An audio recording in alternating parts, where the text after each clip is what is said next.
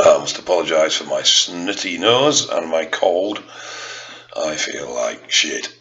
Anyway, wanting to talk about a few things drug related wise. Mainly just some bits that I keep touching on, and I thought it'd probably be better if I just put them all in a video. So I have in the past on several occasions stated that Tren prefers a high estrogen environment, and that isn't actually quite right. What I mean by that is that a large amount of the drugs that we take aromatize, and as a result, obviously we have higher levels of estrogen. Now, estrogen has a massive impact on growth. In fact, it's important for growth, very important for growth. It also supports cholesterol and upregulates ARs, androgen receptors. So if you take a whack of estrogen, you'll find it will help upregulate androgen receptors. Now, obviously there is a trend more recently of low test, high tren, low test, high DECA. And there's nothing wrong with that from a functional point of view, i.e. shut down or anything like that. But where there is an issue is it will probably result in the fact that your E2 levels will be quite low. This is going to restrict growth. So what I'm meaning by Tren prefers a high estrogen management is that, growth prefers a high estrogen environment, and you want to run your estrogen as high as you dare without sides. So just be conscious when you're taking non-aromatizing drugs that you need estrogen to grow and to optimize your growth.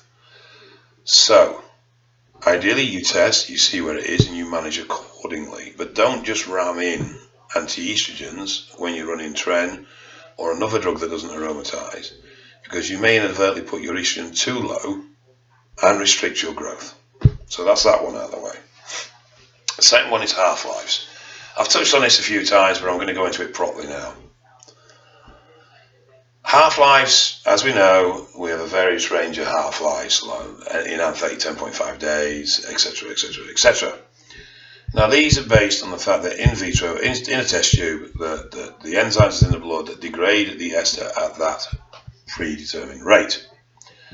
However, in the human body, things change. Now we have genetic changes in that certain people have higher levels of the enzyme, certain people have lower levels of the enzyme, so that can affect the rate at which a drug will metabolize. However, there are other factors that come into this as well. Now, just recently there's been a lot of talk about terminal half-lives. And for example, testosterone in Anthate, the number thrown about is 4.5 days. So which is it, 10.5 or 4.5? Well, it's both. 4.5 days is terminal half-life. Now what this means is when you start taking Enanthate, say you're going to take 2 mil a week, Monday and Thursday, 250 mg per mil. Your first shot on Monday is going to spike in 12 hours and your blood value is going to be about 40 nmol. When you put your second shot in Thursday, it's going to spike again in about 12 hours, and by Friday your blood nmol is going to be around 75 because you've already started to decline off your very first one. The following Monday again, you bang in again, you're going to hit up to about 130. Following Thursday again, you're going to hit up again. And this will continue to rise in this slightly staggered peak until you get to a point where your first one's coming out and therefore not having an effect on the extras that are adding because they're dying off at the same rate as which they're going in. At that point, we hit a level of equilibrium within the blood plasma levels for the hormone. There may be some slight peaks and troughs because of half-life degradation, but in general, you're going to have a more stable range of blood plasma hormone. At this point, the body will upregulate its clearing system. This is called the terminal half-life point. So at this point, the 4.5 day comes into play because at this point, the drug is going to be metabolized at such a rate that its half-life becomes 4.5. So we start at 10.5, we're now at 4.5. And it'll continue at that until you stop. Now as levels decrease, the clearance rate will slightly decrease as well. So once you stop your cycle and you start to naturally go down, that 4.5 half-life will slowly start to extend, but not massively. The other thing to bear in mind is body fat. The higher your body fat, the faster at which your body will clear drugs. So it is a moving scale, and the rate at which we start with a drug will not be the same at the rate at which we're clearing the drug by the end of the cycle, which is why I've always preached for regular injections even on slow-acting esters. So I'm going to do a little drawing now, just so you can see what happens, okay? Because there's another thing you want to bear in mind. Now this is based, the first little graph is going to be based on 1 injection a week, and the second graph is going to be based on 1 injection a fortnight, and then the third graph will be more frequently. Now they're very, very rough, so don't get all excited. You're not going to get anything super graphic here. But just to give you an idea of blood plasma levels. Okay, so once a week, when we inject at the beginning of the week, get a rapid peak, and then it starts to die off. And then we'll inject again, and we get a peak and it starts to die off, and then we'll inject again. And then we end up stabilizing. So hopefully you can see that. That's a week. So what you're seeing is we're hitting 40 nmol 12 hours as we first inject. Now 40 nmol is top end, extreme top end. Most ranges will go 32 to 40 nmol as top end of natural production. Bottom end is down here, 12, 10. But what you're noticing is at the end of the first week, we're getting close to the bottom end of natural range. So that 1 injection in that week's done nothing in the way of boosting our blood plasma levels above anything that can occur naturally. When we add in, we start going above, but in a week we're dropping back below, and then eventually the build up and we're sustained above. That's 1 week. Now if you did it once weekly, you're going to get this. You see how it's a lot longer drop. So we start for 40 nmol. By the end of the second week, we are 10, even 8 nmol blood value. So when we go up again, we're not going much above 40. So injecting test once a fortnight in Anthe, you're not going to grow anyway. It's just going to mimic natural production, but you're going to get peaks and troughs because of how the hormone leaves your body. So if we did it twice a fortnight, sorry, twice a week, my apologies.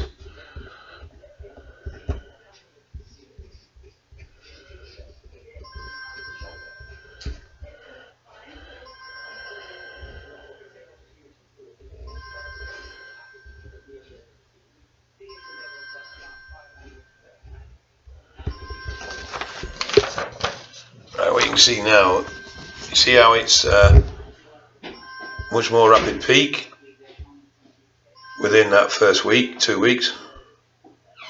So our concentrations get a lot higher, but what you do notice is we're still getting a drop. So even at twice weekly, your blood plasma is going to look like that, with peaks and troughs. So the more frequent the injection, the smaller the drop, and the more stable the bloods. But even on a weekly basis, I mean, you've got to imagine when you reach a terminal point, you're clearing this at 4.5 days half-life, which means that dropping graph is going to be a lot greater. So even if you're taking 1 mil a week, if you want stability, you can split it up. But bear in mind, if you split it up, you're not going to breach the range of natural levels.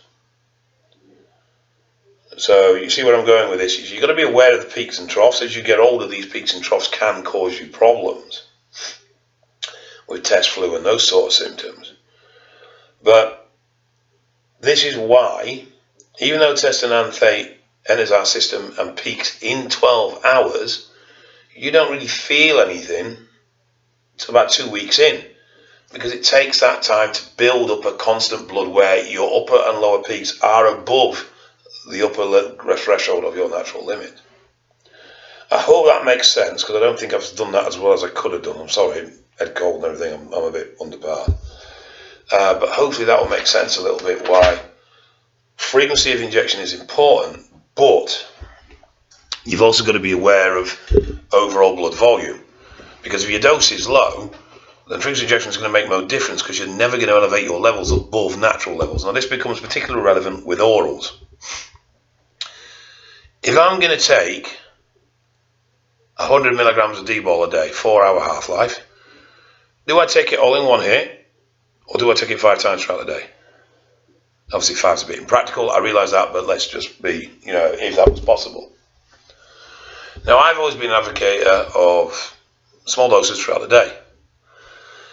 Turns out I was wrong, because 20 mg is going to impact your natural production, it's going to cause shutdown, but it's not going to get blood plasma levels above natty levels. So you're not going to get any super pharmacological effect. Now if I take, so even though blood plasma levels will be fairly constant, I'm not going to go over that blood concentration of 40 nmol. However, if it's done with something else, obviously there is a cumulative effect, but if I take 100 mg in one hit, I do go above my natural upper limit of 40 nmol. So therefore, I do get super pharmacological effects, i.e. growth. It is for a short period of time, because within 4 hours it's going to be back down to 50, and 4 hours later it's going to be back down to 25. But the point is that for that period of time, it is above, and it is causing then super pharmacological growth. If it's kept below, it doesn't. Now, it's not that many of us that run oral-only cycles, but this is where I think, so to some degree, oral cycles only have got a reputation for not being very effective, because they're taken too frequent. They're taking too small a dose too frequently when it should be large dose singularly per day. So if you want better growth effects out of an oral-only cycle, take it all in one hit. That's going to give you better results. Oh, excuse me. Oh, I'm sorry. There was something else as well. Oh, cholesterol. Right. Most of us know now that LDL is increased when we go on cycle. Now, bad cholesterol is increased when we go on cycle, but you might not know why. LDL is used in the production of testosterone. It's taken into the Leydig cell. It's converted to pregnenolone and progesterone.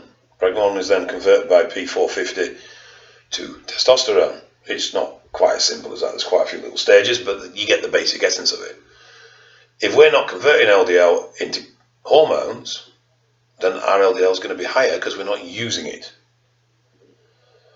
That is why low cholesterol, very low cholesterol, can affect your mood and your hormones, which is why fats are essential in your diet, because they support hormone production, because lipids are used in the production of hormones.